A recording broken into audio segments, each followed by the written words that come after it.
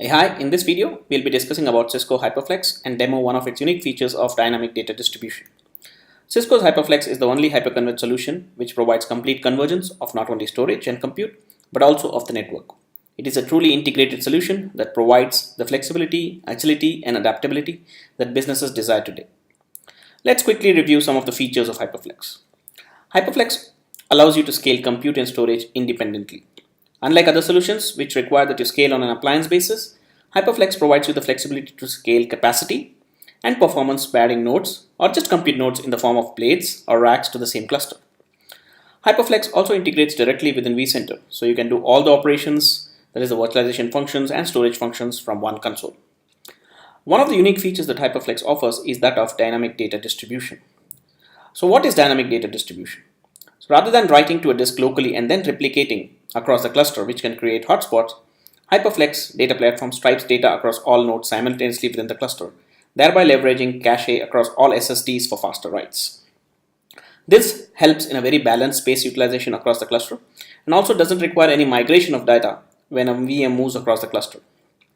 Unlike other hyperconverged platforms which are based on a traditional file system, the Hyperflex data platform is built grounds up using a distributed log structured file system, which is an advanced file system that provides better performance, optimizations like dedupe compression, that is without trade-offs, and better flash endurance as well.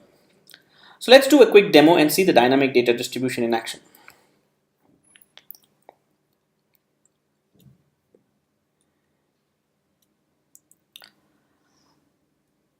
So here I have a 4-node Hyperflex cluster with each node having a controller VM, which is the brains of the Hyperflex platform. All the storage services functions are done through the controller VMs, which takes control of the storage and presents it as a single pool storage resource. To test the dynamic data distribution, I'm going to use IO meter.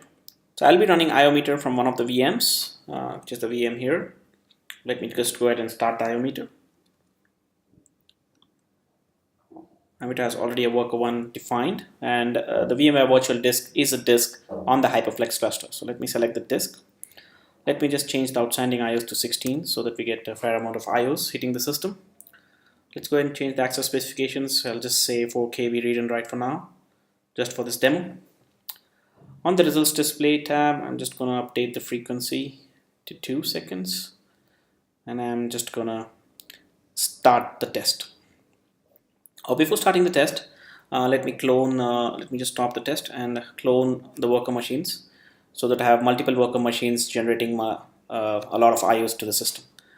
So let me just clone around 5 worker machines, and then let me go ahead and just start the IO meter once again. I don't want to save the results. And as you can see, I am nearly hitting 92,000 IOPS with the 5 worker VMs that I have just defined on the system. So let's quickly go ahead and check how the dynamic data distribution is happening. So for that, let me log on to the controller VMs on all the nodes.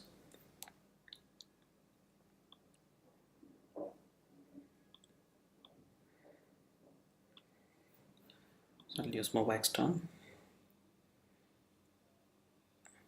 I'm going to so this is my controller VMs running on all the nodes. I'm just going to use a multi-terminal box, and I'm going to do an IO stat -x.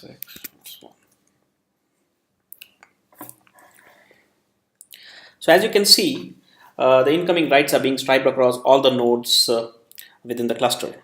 So this can be seen on the SDC disks, which is here, the SDC disks, which is here on this node, another SDC disk, which is in general the SSD disk of the nodes. This shows that Hyperflex distributes the data across all the nodes and thereby leverages the performance of all the SSDs in the cluster and not just the SSD where the VM is located. Thus, dynamic distribution or dynamic data distribution of HX is a truly powerful feature that helps in optimized IO performance. That's all I had for this video. Thanks for watching.